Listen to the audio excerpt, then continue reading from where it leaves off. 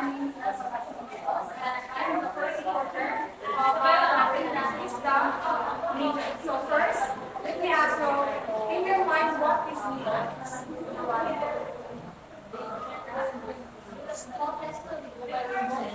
Legion is all about the history.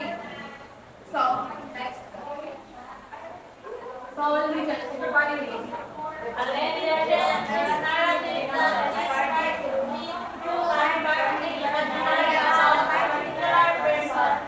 Event, place, or natural feature.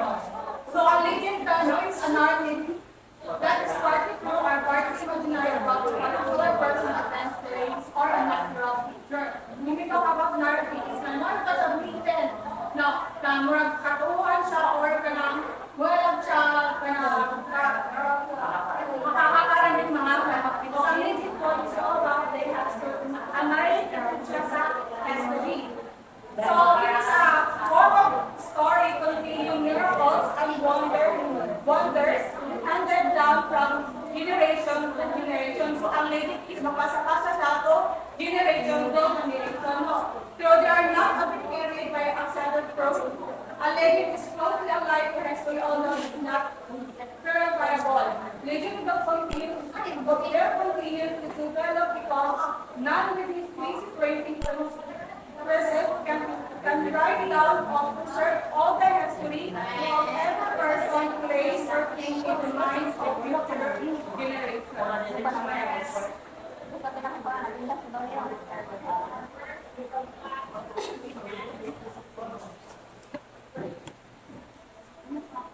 So, origin of legends. Legends came from the Latin word legenda, which means for things to read. The term was used to demonstrate the life story of scriptures and selection from lives to sent to the real act of oneself. So, when we talk about legends, unlike the other type of story picture, na nakakatapunin kanina ang folk tales and myths, our legends are based in false history. Even if they are not never confirmed as a proof, legends don't explain the mysteries of the world the way myths do, nor do they use the animals to deliver a lesson like fables and unlike folk tales. They are not so exaggerated that they are completely leave the real of belief. Legends are stories of the age of reality, often featuring the miraculous of incredible. Next is, we should differentiate between the myth and the legends. So, myth is an interpretation of nature, while the legend is the idealization of history. Next is, myths are stories in which God and goddess and other divine play a part. And while the legends are the stories of wonder of miracles, not only of gods and goddess, but about the animals and the other things. So ang myths daw is stories about the god and goddess.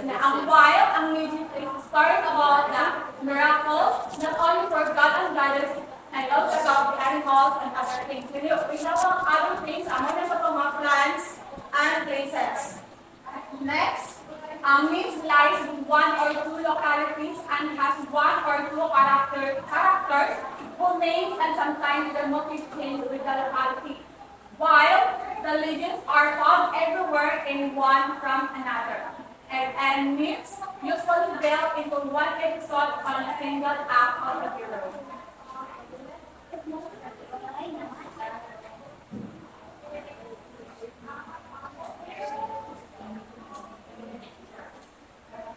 So the main difference of myths and legends is myth is traditional narrative, particularly one concerning the earliest political people, or explaining the natural or social phenomenon, and typically involving the supranational characters or event. While the legend is a traditional narrative, sometimes commonly regarded as historical but not authenticated. So in short, ang similarity sa both sa myth and legend are the stories of narrative that are passed from one generation to another. So ang pinig siya kabuhang, ang myth of ang legend is pwede siya mapasa-pasa sa ato generation from down to the next row. Other next is difference between agent and cocktails. Pakibasa ang agent and cocktails. There is a narrative that is partly true and partly imaginary about a particular person, event, place, or natural feature. It is a secular fictional story that passes down among common people and often rooted in the superstitious belief. So, ako naman nakalang sa media about the superstition. So, ang kailangan kapag-is all about labon siya sa Bible. Correct na lang sila story. And ang legend is all about the history man. So, ang cocktail is mga itong mga wala siyang mga kwentong bayan. Next is the literary pero according to na nationality. So, ang legend is nasa mga kasi ng mga stories. So, legendary pero according to nationality. First is nasa yung mga kasi. First, the English legend. Eight, the duo, five, big Brindle. The Robin Hood tells how St. George slew the dragon, King Arthur, and his court. Pakibasa ang French legend down to North American legends. French legend. Huh?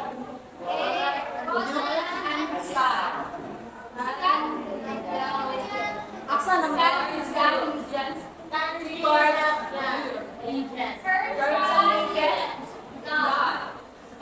Spanish legend, the legend of St. Rodrigo. North American legend, the legend of Ocean. So, maraming mga stories or mga books sa legendary heroes according to each Nationality. Next is Filipino legend according to subjects. So alam na sa Filipino ba? So, things, mga sample is familiar na sa kay Y. Kay sense pa lang sa elementary to high school, ginashare na sa tuwa, right? So, usap na pa na to. So, sa legendary heroes, ang example nila is the legend of Lam-ang. Ang kanilang the legend of Lam-ang is matapos na kami sa grade 5 down to the high school, the legend of Bernardo Carpio. Next, the legend of about places, legend about sa mga lugar-lugar, legend of the Cag sa Manila, legend about different town and provinces, legend about nature, so legend about sa mga ayun. So, A, legend of Mount Makiling, Mount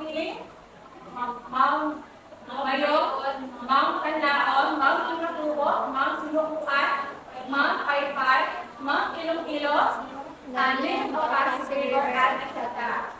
Next is legend about the origin of the universe. So, a legend about the sun, moon, and the stars. Not only for God and goddess, and also about the animals and other things. We know other things, among them mga plants and places. Next, means lies in one or two localities and has one or two characters whose names and sometimes their motifs change with the locality. While the legends are found everywhere in one from another. And myths usually built into one episode on a single act of the hero.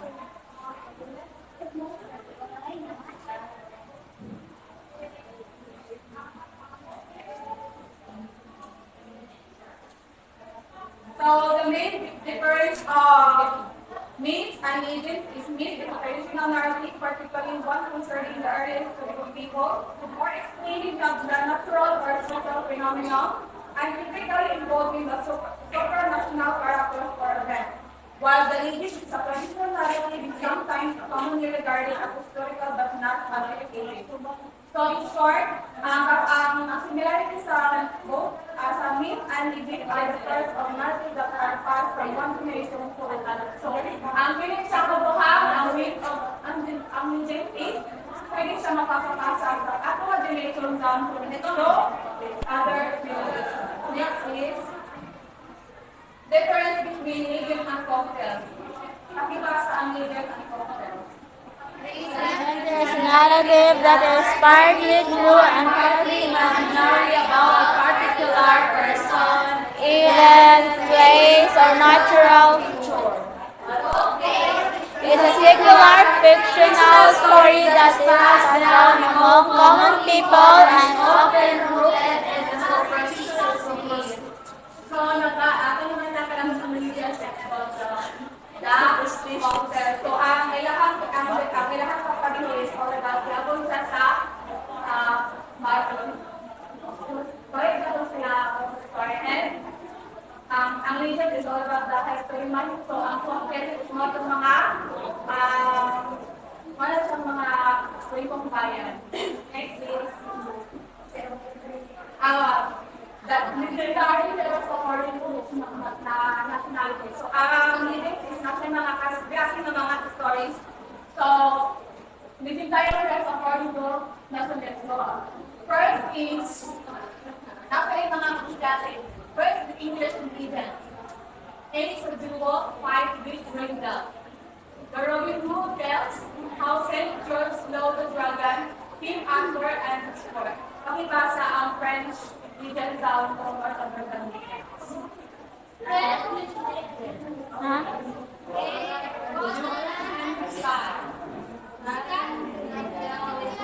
Aksa ng legends, Lord of Legends.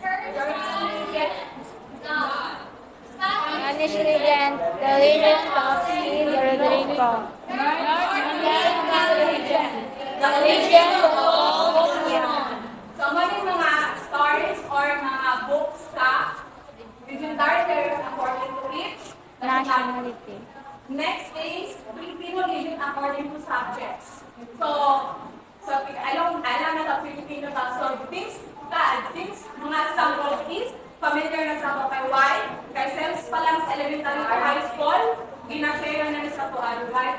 So, usap na pa na to. So, sa legendary heroes, ang example nila is the legend of Datang. Ang the legend of Datang is matapos na kami sa grade 5 down to the high school, the legend of Bernardo Carpio. Next is the legend of about places, the legend about sa mga lugar-lugar. Legend of the Pag sa Manila. Legend about every town and provinces. Legend about nature, so legend about sa mga palibot. So, A, legend of Mount Makiling, Mount Mayong, Mount Kanlaon, Mount Pinatubo, Mount Sinukuan, Mount Paypay, Mount Ilong-Ilo, and legend of River, and etc. Next is legend about the origin of the universe. So, a legend about the sun, moon, and the stars. Next is the last example is the Filipino legend according to next subjects. First, the legend about lands, legend about Sumatano. So, ang legend of the banana, pineapple, and tunis, and makupas. Familiar na kayo sa tuwan. So, legend about the flowers. So, legend of flowers. Legend of Sang Paglita, Ingat-Ilawi, and Balas Rosas. And that is legend about the animals. Legend of the smallest fish in the Philippines. The legend of the first monkey. Legend of the first firefly.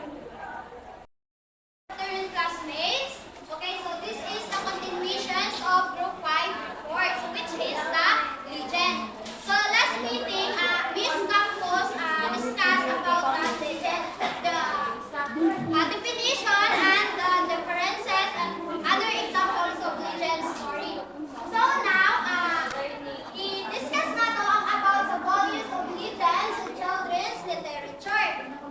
So, the values of children's literature is na kanaan na kung siya include siya of courage, imaginations, morality, and also wisdom.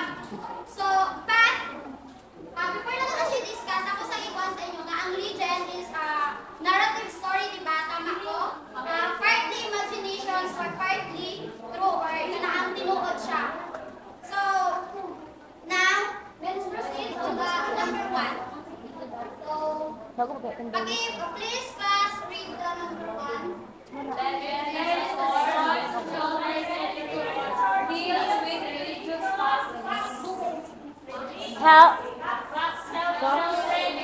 Help children in strengthening their faith in God. Okay. Okay. Di ba, legend as a source of children's literature? So, legend is one of the source of children as their places in literature. It's because ang legend is nag-refer siya of mga traditional or historical narrative that is passed down through generations that focuses on religious facts. So, which is religious facts convey through stories to assess children and strengthening their faith in God. So, meaning a story is nag-serve as a source of moral and spiritual guidance to foster a connections sa religious principles sa mga readers. So, number 2, please read. Legend deals with their historical backgrounds. They awaken national consciousness of children. So, di ba? Yes, some legend yun is nag-tell siya of mga historical backgrounds to engage and educate the children about the cultural heritage. So, kini nga story, it can contribute to the development of the children sa ilang national consciousness by fostering an understanding and appreciation of their cultural background. So, through legend, children can connect with the past or gaining a sense of identity and pride sa ilahang national identity. So, or national history. So, number 3, please pakibasa ko. They develop vivid and fantastic imagination. So, Same. yes, of course, individuals can develop vivid and fantastic imaginations, especially when the children engage with legend. So, individual can stimulate creativity, curiosity, and also a sense of wondering about the stories of legend. So, number 4, pakibasa again. Some legends give children a moral lesson. They serve a guide on what is right and what is wrong. Oh, baby! Okay, so based on the context, so there are some legend story na naghatag og moral lesson sa mga bata or children na dapat ato kanaang sitawag ano yung matun-an or kanaang masabtan. So for example, about sa virtues such as righteousness and vice is like good and wrongdoing. So this story is served as a guide to children to impart values and to guide their principles about proper behavior and decision making to shape their moral values. So number 5, a legend help acquaint children with the cultural traits of the country. So yes, ang legend is makatabang jud sa mga bata through introducing the country's heritage by imparting stories na nag-reflect sa tradition, values, and historical context. So, number 6, please go.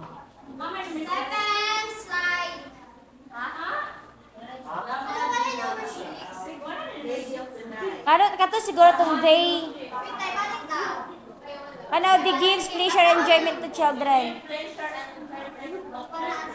wala yung verse. So, kana sa number 6. They give children and enjoyment So, to ang children. legend is about version of pleasure and enjoyment sa mga bata. It's because sometimes ang legend narrative is kanaang nag-content siya og kanang mga nakakapighani nga mga kwento or nag-content ko siya og kanaang mga maharlik nga mga characters nga na siya. Then, somehow kanaang mga legend story is puno ka ng pagkikipag sa palaran. So, in that way, ang mga bata is makuha ang ilahang atensyon, anak. So, kini siya nga format is kanang daghantag natun-an about sa cultural values and lessons about sa kanaang story. So, pag-slide. So, muna siya ang first example of Filipino legends. Dama de Noche or Day of the Night. So, ang Dama de Noche is referred to as Spanish word for Lady of the Night. So, kini nga story is nag-refer siya sa babae nga nabuhat siya og ulam. Muna siya ginawag nga Dama de Noche, which is na gabi lang siya mo bloom. Gabi lang siya mo Gabi or ayaw katong white bitaw. Sige, gusto na ko siya nasapon ninyo nga kanang ilong lang. Kaya after ana, nakot kong 1, 2, 3, go! Hilom ra daw. Silent ra daw. Please read the story silently.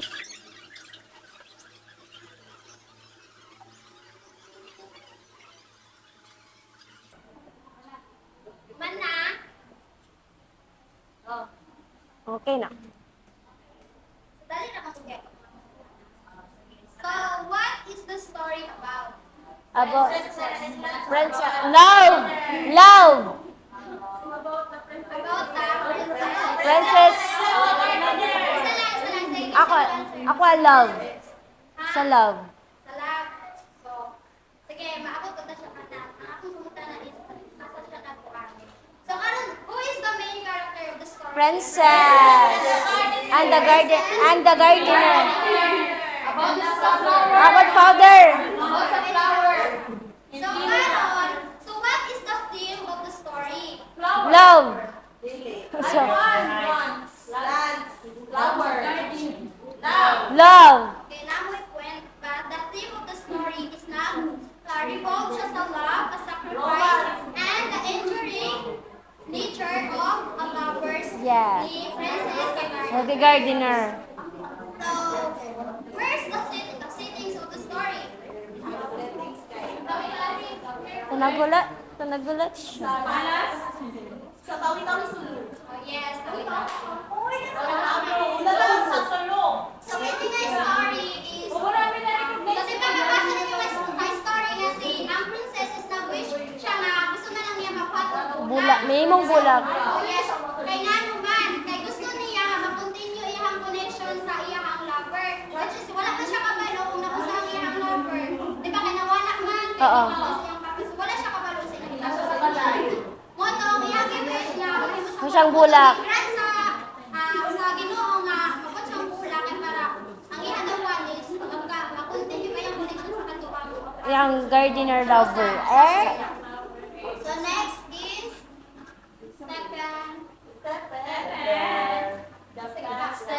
Ayun na sige. So kaya na muna siya. And next.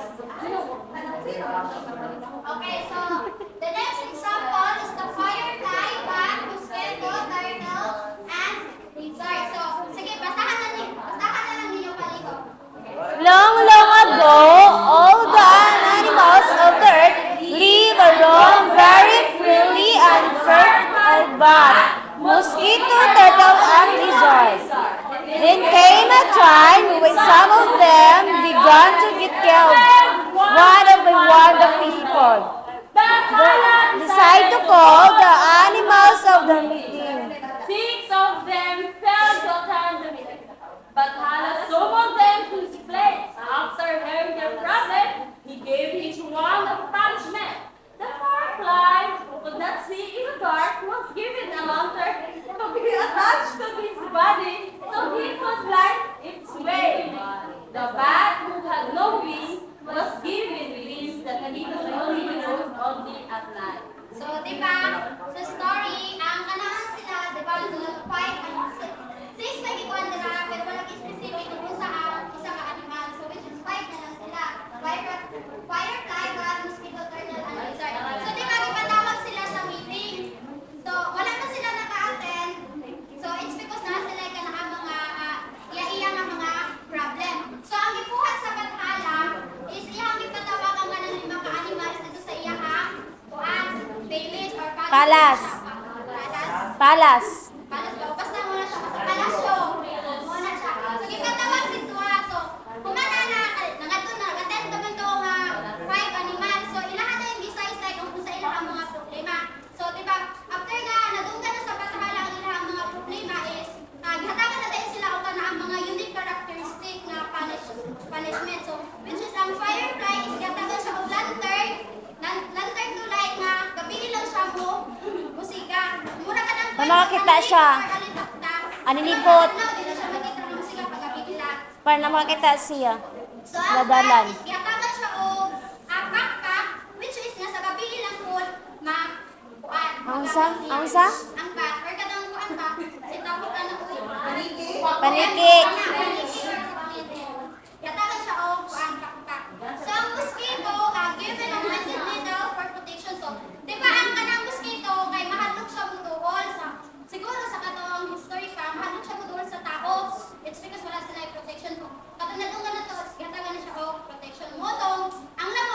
Makagat. Manusok. Ang sa tao ay, ano siya ay pangkuhan, tusok, di ba? Kita nga yung mahalok sa lamok. So, ang number 4 is turtle to. Ang turtle is katagal siya og balay after nga gikawat og iyang kwante. Para daw, kung bisag-asa mo adto ang turtle is na siya. Nabot-nabot. So, ang lizard is katagal siya og 2 times because it was always telling lies. So, that's all my reporting. Yeah. Good afternoon everyone. I am Celine Buslay, the last reporter of Group 5. So, the legend of Manila. So, dili lang ako siya kasawat kay example naman siya sa Filipino legends. So, ikuan na po sa istorya na katawag siya of the legend of Manila. So, gitawag siya of the legend of Manila because tungod atong kanang isa si ang Mai isa siya ka lugar, so isa siya ka kanang upside bitaw siya ka lugar, so dagay na inggit sa iya ha.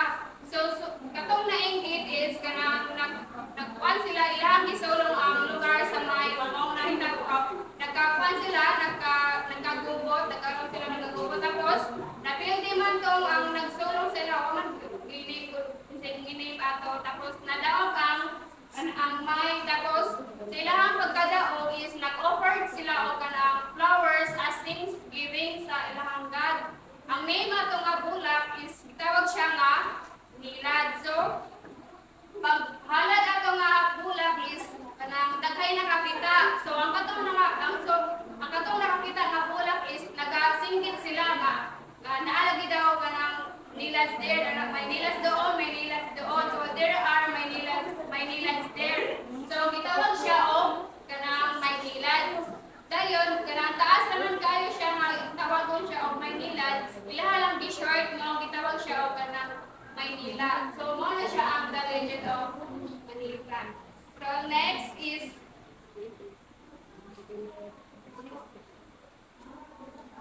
so mo na siya the legend of the 100 islands. So gitawag siya og the legend of the 100 islands because kanang centuries ago, Raja Masibio was the most powerful ruler of Alimanños, Pangasinan. The kingdom enjoyed peace and prosperity under the Raja rule. One day, he heard that his enemies wanted to invade his kingdom. The Raja summoned 100 of his bravest warriors to face the enemy, led by his own son. So, naay kanang nanapoy mga kanang kaaway ang naglid sa kanang mga parata bitaw ang anak ni Juan, anak ni Rasa Masibyo. So, naglaban sila dito sa kanang tunga sa dagat. Ang igamit nila is kanang mga dagko bitaw kayo ng mga bangka. So mao to pagka morning is kanang natingala ang mga tao is kanang wala na yung nangabalik ang mga tao, bingaw ng ayo, tapos wala mga bangka, tapos natingala sila is kanang daghan sila yung nakita ng mga 100 islands tungod atong mga float nga kanang nangatuwad paliskad na siya tungod atong ilang pag-away sa kanang tungod sa dagat. So mao to siya sa mga 100 islands. And then ang next is why the sky is so high. So nga nagitawag man siya o why the sky is so high. Tungod atong long ago, long ago, there lived only one man and only woman. At that time, the sky was very low. So it was so low that each time the man and woman stood up, their heads touched the sky. So most of the time, they just eat on small rocks on the ground. With no food for dinner, said the man one day. So, tingin din ang man nga pagka tomorrow is magawas siya para mag-hunting of kanang mga sosya batas. Ang iyang na hunting is malaki nga dako kaya nga kanang usa, and then iya din gidala sa ilaha kanang balay. Then after ana is biloto sa babae, then nag-dinner din sila pagkabi. Tapos nainabantayan sa kanang babae, kanang while nagaon sila, nakabantay siya sa isa ka kanang bukog nga dalaw something sa sulod ato. And then pagka morning na ana is kanang nag-isip siya nga kanang kung wala tong bukog, iyakan na tong tungaon kung unsa man gyud ang naa sa sulod ato.